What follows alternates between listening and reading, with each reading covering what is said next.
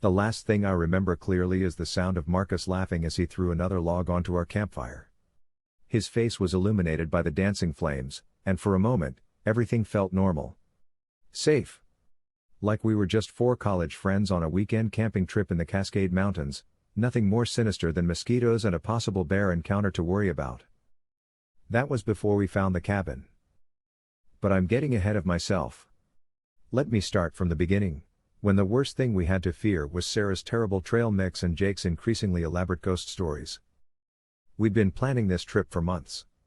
Marcus had found the location on some obscure hiking forum, a remote section of the Cascade Range, far from any marked trails or designated camping areas. True wilderness, he'd called it, his eyes bright with excitement. No cell service, no other hikers, just us and nature. Sarah had been reluctant at first.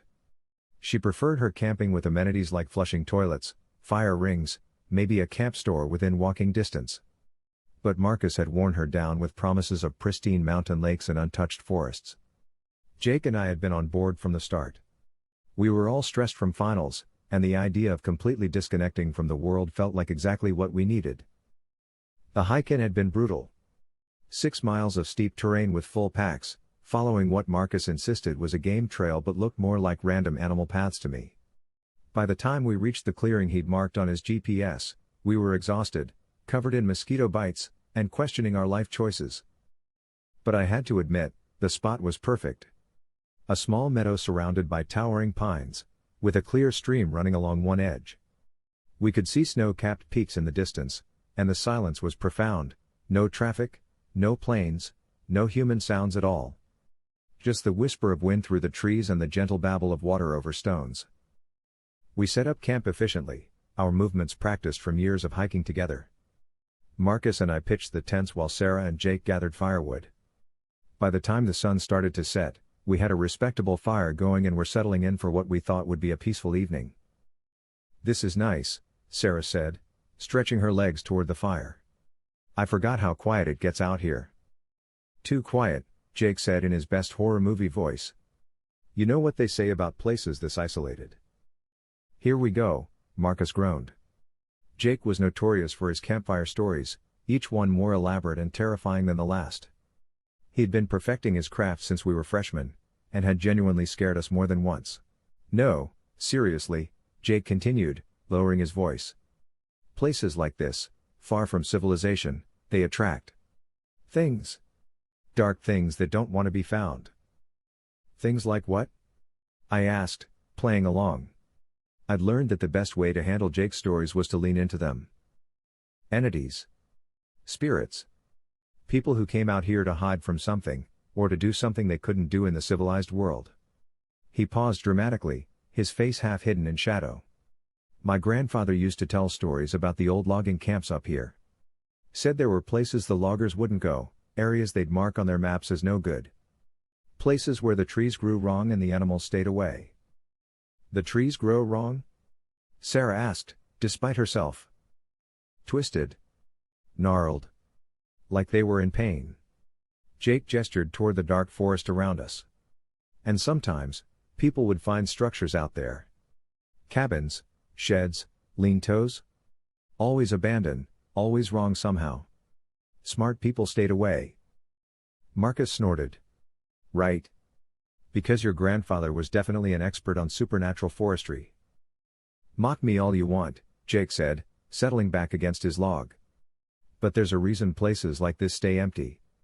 A reason the old maps had warnings."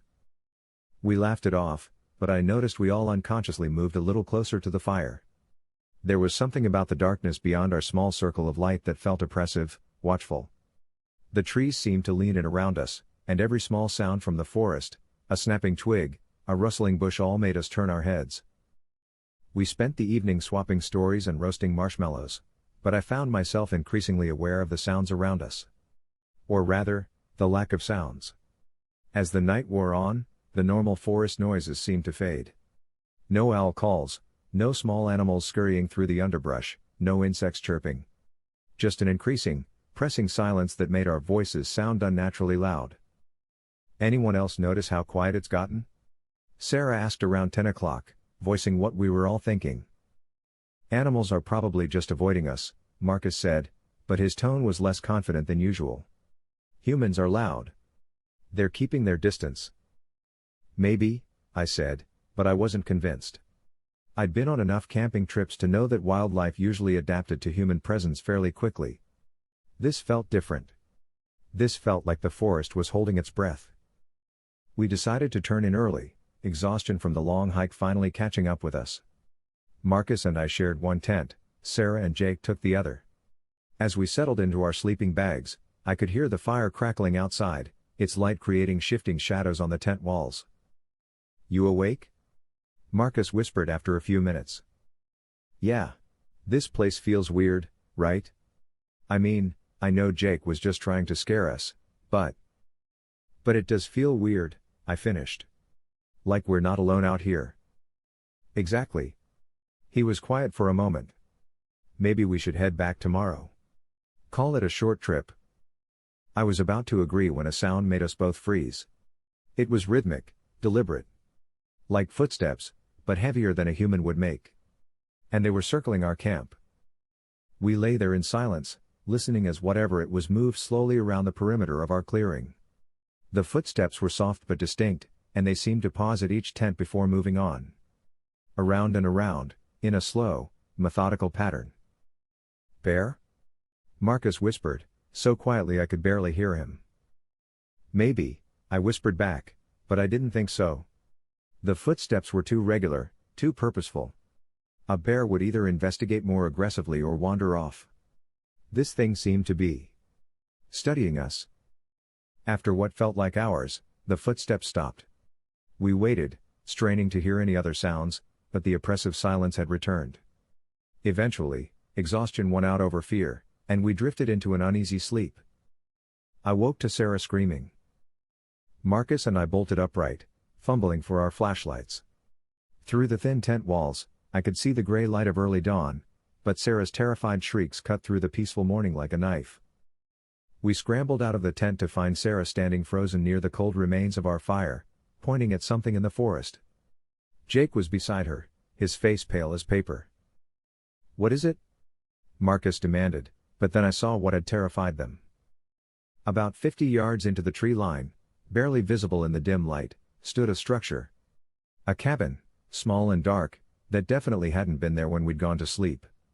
It was positioned so that anyone sitting by our fire would be looking directly at it, like it had been placed there deliberately. "That wasn't there yesterday," Sarah whispered. "I swear to God, that wasn't there yesterday." "It had to be," Marcus said, but his voice was shaky. "We just didn't notice it in the dark." "No," Jake said firmly. "I gathered firewood from that exact area. I would have seen it." I stared at the cabin, my skin crawling. He was right. I'd helped with the firewood, and I'd walked through those trees myself.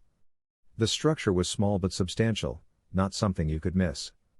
It was built from dark, weathered wood and seemed to squat among the trees like a predator waiting to pounce.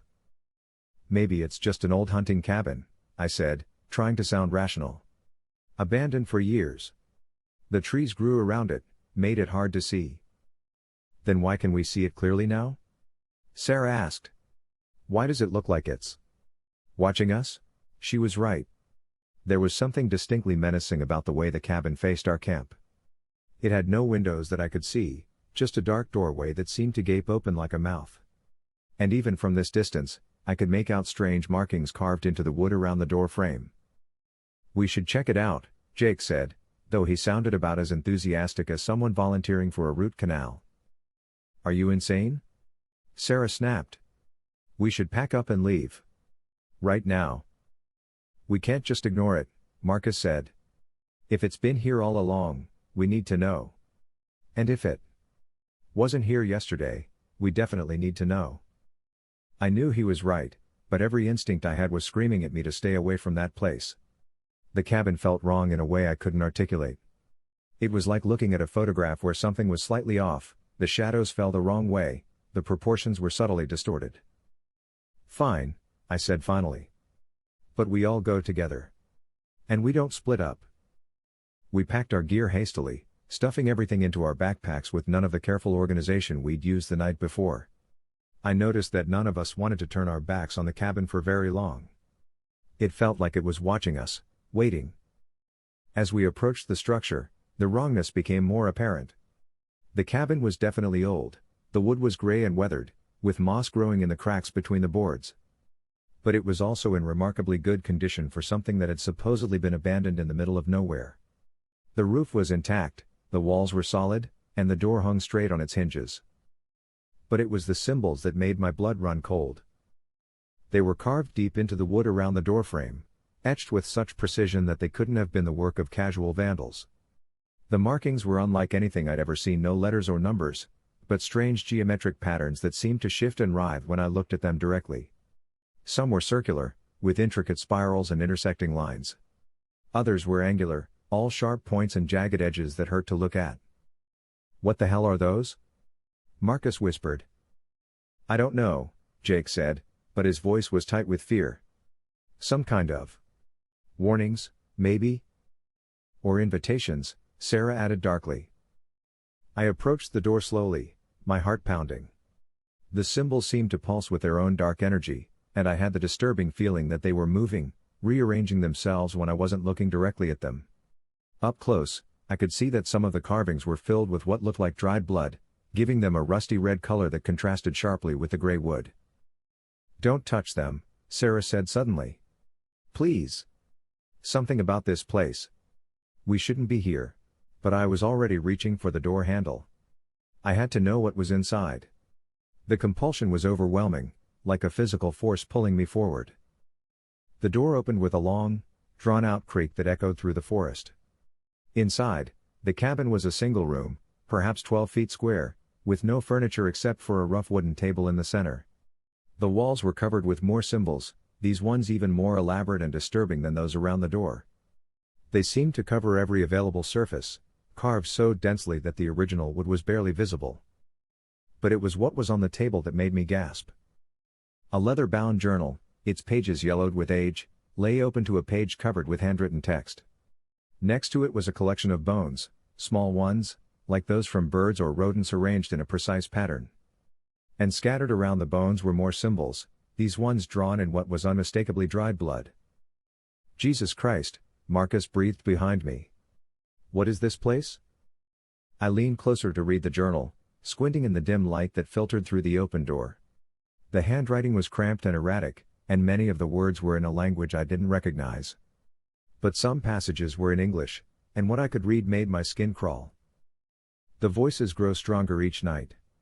They speak of the ancient ones who walked these woods before the white man came. Before any man came.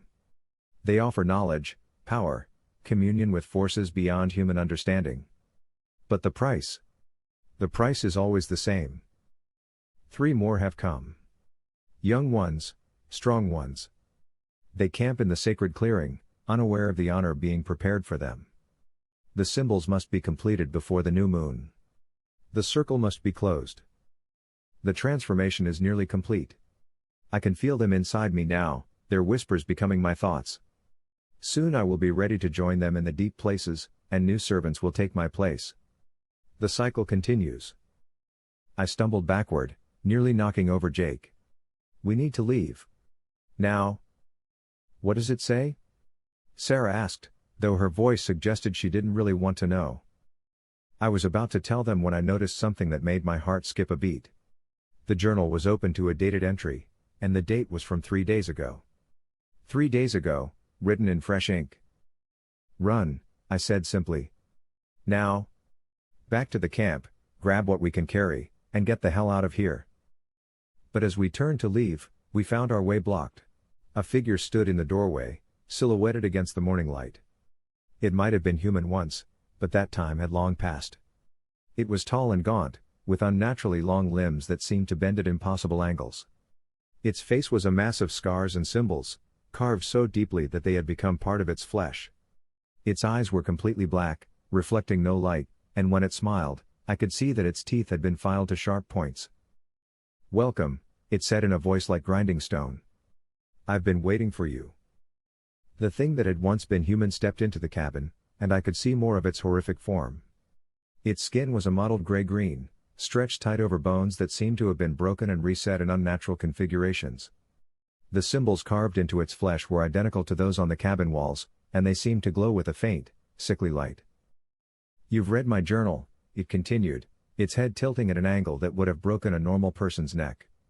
"You understand what this place is. What it requires." "We're leaving," Marcus said, trying to sound brave but failing miserably. "We don't want any trouble." The creature laughed, a sound like breaking glass. "Oh, but you've already found trouble. You found so much more than that. You found purpose." It raised one impossibly long arm, and I saw that its fingers ended in razor-sharp claws. "The old ones grow restless. They require new servants, new voices to carry their whispers into the world. You've been chosen." "Chosen for what?" Jake asked, though I could tell he didn't want to know the answer. "For the honor of joining us," the creature said. "For the privilege of serving forces beyond your comprehension. For the joy of abandoning your weak human flesh and becoming something more." I looked around desperately for another way out, but the cabin had only one door, and the creature was blocking it. The windows were too small and too high to climb through, and the walls were solid wood. We were trapped. "The process is not without discomfort," the creature continued conversationally. "But the rewards are extraordinary. You will see beyond the veil, speak with the voices of the deep earth, command powers that humans can only dream of." "And if we refuse?" Sarah asked, though her voice was barely a whisper. The creature's smile widened, showing even more of its pointed teeth. "Refusal is not an option. You've seen too much, learned too much. The old ones do not permit their secrets to walk freely in the world." It stepped closer, and I could smell the scent of decay and something else, something wet and organic and wrong. "But why would you refuse? What do you have to return to? Your small lives, your petty concerns, your brief and meaningless existence? I offer you eternity." "That's not eternity," I said, finding my voice. "That's just a different kind of death." The creature's expression darkened. "You understand nothing. Death is an ending.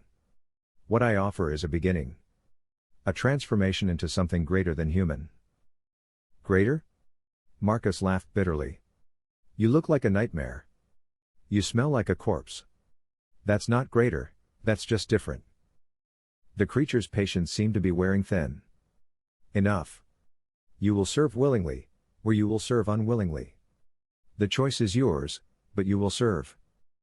It lunged forward with inhuman speed, its claws extended. I threw myself sideways, crashing into the table and sending the journal and bones flying. Sarah screamed, and I heard the sound of ripping fabric as the creature's claws found their mark. "The window!" I shouted, pointing to the small opening high on the back wall. "Jake, boost Marcus up." Jake didn't hesitate. He grabbed Marcus around the waist and heaved him toward the window. Marcus caught the sill and pulled himself up, his legs disappearing through the opening just as the creature spun around to face us. "Go!" Marcus shouted from outside. "I'll help you up." The creature was between us and the window now, its black eyes fixed on Sarah, who was pressed against the far wall with her hands covering a bleeding scratch on her arm. It seemed to be savoring her fear, taking its time. "Such terror," it hissed. "Such delicious terror. You have no idea how long it's been since I've tasted fresh fear." I grabbed one of the scattered bones from the floor and threw it at the creature's head. It bounced off harmlessly, but the creature turned its attention to me, giving Sarah a chance to dart toward the window. "The symbols," I said suddenly, remembering something from the journal.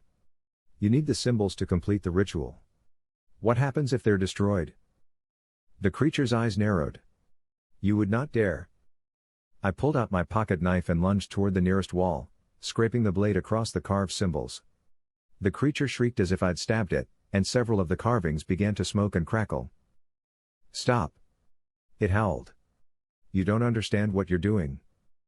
"I understand enough," I said, continuing to deface the symbols. Each one I destroyed seemed to cause the creature physical pain, and its form began to flicker and fade around the edges. Jake had reached the window and was climbing through with Marcus pulling him up. "Sarah!" I called. "You're next." But the creature recovered quickly. It grabbed my wrist with one clawed hand, and I felt its fingernails dig into my skin. "You will pay for that," it snarled. "You will pay for a very long time." Sarah appeared beside me, swinging a heavy piece of wood she'd found somewhere. It connected with the creature's arm, and its grip loosened enough for me to break free. I could see bone through the gashes in my wrist, and blood was flowing freely. "The window!" Sarah shouted. "Now!" We ran for the back wall, where Marcus and Jake were reaching down to help us. The creature was right behind us, its footsteps shaking the entire cabin. Just as Sarah reached the window, I heard it speak one final time. "You cannot escape what you've seen. You cannot forget what you've learned. We will find you, no matter where you go." The old ones are patient, but they are not forgiving. Marcus and Jake hauled Sarah through the window, and I was right behind her. As I squeezed through the opening, I felt the creature's claws rake across my back, tearing through my shirt and into flesh. The pain was excruciating, but it was nothing compared to the terror of being caught. I fell to the ground outside the cabin, gasping and bleeding. The others were already running back toward our camp, and I forced myself to follow despite the burning pain in my back and wrist. Behind us, the creature's howls of rage echoed through the forest, joined by other voices, dozens of them, maybe hundreds. The old ones, awakening to the fact that their secrets had been discovered and their servants had been thwarted. We reached our camp and grabbed our backpacks, not bothering to break down the tents or pack properly. All that mattered was getting away from this place, away from the creature and its masters. As we fled down the trail, I looked back once at the cabin. It was burning now, orange flames licking at the walls and roof. But through the smoke and fire, I could see the creature standing in the doorway, watching us go. And I could swear I saw it smile. We hiked for hours without stopping, driven by pure terror and adrenaline. My back was on fire, and my wrist throbbed with every heartbeat, but I didn't dare slow down. Behind us, the forest seemed to be alive with movement of shadows flitting between the trees, voices calling to each other in languages that predated human speech. It wasn't until we reached the main trail and saw other hikers that we finally allowed ourselves to stop. We were covered in blood and dirt, our clothes torn, our faces wild with fear. The other hikers offered to help, but what could we tell them? That we'd found a cabin that shouldn't exist, inhabited by something that had once been human? That we'd stumbled into a cult of creatures serving ancient entities? We told them we'd had a bear encounter and left it at that. The hike back to our car took another 4 hours. We drove in silence, each lost in our own thoughts. I knew we were all thinking the same thing, that we'd left something behind in those woods, something that would never stop hunting us. That was 6 months ago. Since then, we've all tried to go back to normal. We returned to college, finished our degrees, started our careers. We don't talk about what happened in the woods. We don't even talk to each other much anymore. But we all know it's not over. The dreams started a week after we got back. Dreams of the cabin, of the creature, of symbols carved into flesh and bone. Dreams of voices calling from deep places, offering power and knowledge and transformation. The dreams are getting stronger, more vivid. Sometimes I wake up to find symbols scratched into my arms, though I have no memory of making them. Marcus disappeared last month. His family thinks he went hiking alone and got lost, but I know better. He went back to the woods, back to the cabin. The voices finally became too strong to resist. Sarah is fighting it better than the rest of us, but I can see the struggle in her eyes. She's lost weight, stopped sleeping, started carrying a knife everywhere she goes. She says it's for protection, but I think we both know that no normal weapon can hurt the things that are hunting us. Jake has thrown himself into research, trying to find some explanation for what we experienced. He's found references to similar creatures in old folklore, stories of forest spirits and ancient cults. But all the stories end the same way, with the humans either dead or transformed into something else. As for me, I'm writing this down because I know my time is running out. The voices are getting louder, the dreams more compelling. Last night I woke up to find myself standing at my bedroom window, looking out at the forest beyond my apartment complex. There was something moving between the trees, something tall and gaunt with too many joints. I know what's going to happen. I know that eventually, I'll pack my bags and drive back to those mountains. I'll hike back to that clearing, and I'll find the cabin waiting for me. The creature will be there, smiling its horrible smile, ready to complete the ritual that was interrupted 6 months ago. The old ones are patient. They can wait decades, centuries if necessary. But they always collect what they're owed. If you're reading this, it means I'm gone. It means the voices finally won. Don't come looking for me. Don't try to find the cabin. Some knowledge is too dangerous to possess, some places too cursed to visit. The woods are full of secrets, and some of them are better left undisturbed. But if you do find yourself in a remote forest, and you see a cabin that shouldn't be there, covered in symbols that hurt to look at, run. Run as fast as you can and don't look back. The old ones are always watching.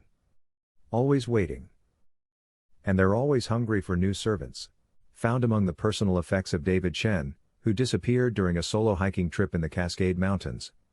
His body was never recovered, but search teams reported finding the remains of a burned cabin in the area he was believed to have visited.